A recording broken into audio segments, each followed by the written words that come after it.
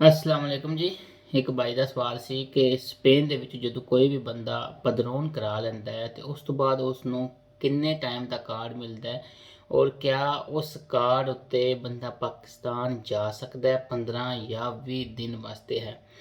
ਇਹ ਜਿਹੜੇ ਲੋਕ ਸਪੇਨ ਚ ਆਉਂਦੇ ਨਹੀਂ ਨਾ ਹਨ ਤੇ ਉਹਨਾਂ ਨੂੰ ਸਪੇਨ ਦੇ ਬਾਰੇ ਬੜੀਆਂ ਹੀ ਖੁਸ਼ਫਹਿਮੀਆਂ ਹੁੰਦੀਆਂ ਨੇ ਕਿ ਸਪੇਨ ਚ ਜਾ ਕੇ ਸ਼ਾਇਦ ਅਸੀਂ ਇੱਕ ਪਦਰੋਨ ਚੀਜ਼ ਦਾ ਨਾਂ ਹੈ, ਉਹ ਪਤਾ ਨਹੀਂ ਕੀ ਚੀਜ਼ ਹੈ, ਉਹ ਕਰਵਾਵਾਂਗੇ ਤੇ ਸਪੇਨ ਦੀ ਗਵਰਨਮੈਂਟ ਸਾਨੂੰ ਕਾਰਡ ਦੇ ਦੇਗੀ ਹੈ ਤੇ ਅਸੀਂ ਉਸ ਤੋਂ ਬਾਅਦ ਜਿੱਧਰ ਮਰਜ਼ੀ ਪੇ ਘੁੰਮੇ ਫਿਰੀਏ।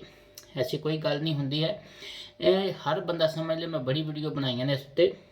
ਪਦਰੋਨ ਸਪੇਨ ਦੇ ਵਿੱਚ ਹਰ ਬੰਦੇ ਦਾ ਦੇ ਉੱਤੇ ਜ਼ਰੂਰੀ ਉਸਨੇ ਕਰਾਣੀ, ਹਾਂ ਉਹ ਲੀਗਲ ਹੈ ਇਲੀਗਲ ਹੈ, ਸਪੈਨਿਸ਼ ਨੈਸ਼ਨਲ ਹੈ ਜਾਂ ਨਹੀਂ ਹੈ।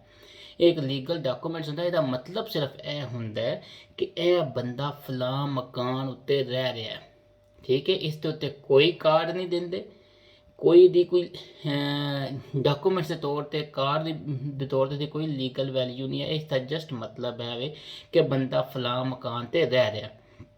ਔਰ ਉਸ ਤੋਂ ਬਾਅਦ 3 ਸਾਲ ਮਿਨੀਮਮ ਅਰਾਈਗੋ ਸੋਸਿਆਲ ਵਾਸਤੇ ਪੂਰੇ ਕਰਨੇ ਨੇ ਤੇ ਅਰਾਈਗੋ ਲਾਬਰਾਲ ਦਾ 2 ਸਾਲ ਦਾ ਕਾਨੂੰਨ ਹੈ, ਉਹਦੀ ਸਰਟਨ ਸਖਤ ਰਿਕੁਆਇਰਮੈਂਟ ਨੇ, ਅੱਜ ਕੱਲ੍ਹ ਪੂਰੀ ਨਹੀਂ ਹੋ ਰਹੀਆਂ, ਉਹ ਪੂਰੀ ਕਰਨੀਆਂ ਨੇ। ਫਿਰ ਅਰਾਈਗੋ ਸੋਸਿਆਲ ਦੇ ਕਾਨੂੰਨ ਉੱਤੇ ਉਹਦੀ ਇੱਕ ਸਰਟਨ ਰਿਕੁਆਇਰਮੈਂਟ ਹੈ, ਠੀਕ ਹੈ ਜੀ, ਉਹ ਪੂਰੀ ਕਰਨੀ ਹੈ। ਇਹ ਕਰਦਿਆਂ ਭਾਈ ਬੜੀ ਅੱਛੀ ਲੱਕ ਹੋਵੇ ਤੇ 4 ਸਾਲ ਬਾਅਦ ਜਾ ਕੇ ਪੇਪਰ ਮਿਲਦੇ ਨੇ, ਫਿਰ ਉਸ ਕਾਰਡ ਤੇ ਪਾਕਿਸਤਾਨ ਤੁਸੀਂ ਜਾ ਸਕਦੇ ਹੋ। ਲੇਕਿਨ ਇਹ ਯਾਦ ਰੱਖੋ ਕਿ 4 ਸਾਲ ਸਪੇਨ 'ਚ ਕਰਨੇ ਨੇ, ਇਲੀਗਲੀ ਕਰਨੇ ਨੇ, ਜਿਹੜਾ ਸੌਖਾ ਕੰਮ ਨਹੀਂ ਹੈ। ਆਉਂਦਿਆਂ ਸਾਲ ਕੱਖ ਨਹੀਂ ਮਿਲਦਾ ਬੰਦੇ ਨੂੰ, ਸਿਰਫ ਪਦਰੋਨ ਕਰਾਉਣ ਦਾ ਮਤਲਬ ਹੈ ਫਲਾਮ ਮਕਾਨ ਤੇ ਰਹਿਣਾ ਪਿਆ। ਖੁਸ਼ਫਹਿਮੀਆਂ ਛੱਡੋ, ਰੀਅਲ ਦੁਨੀਆ ਚਾਓ। ਬਾਕੀ ਜਜ਼ਾਕ ਅੱਲਾ।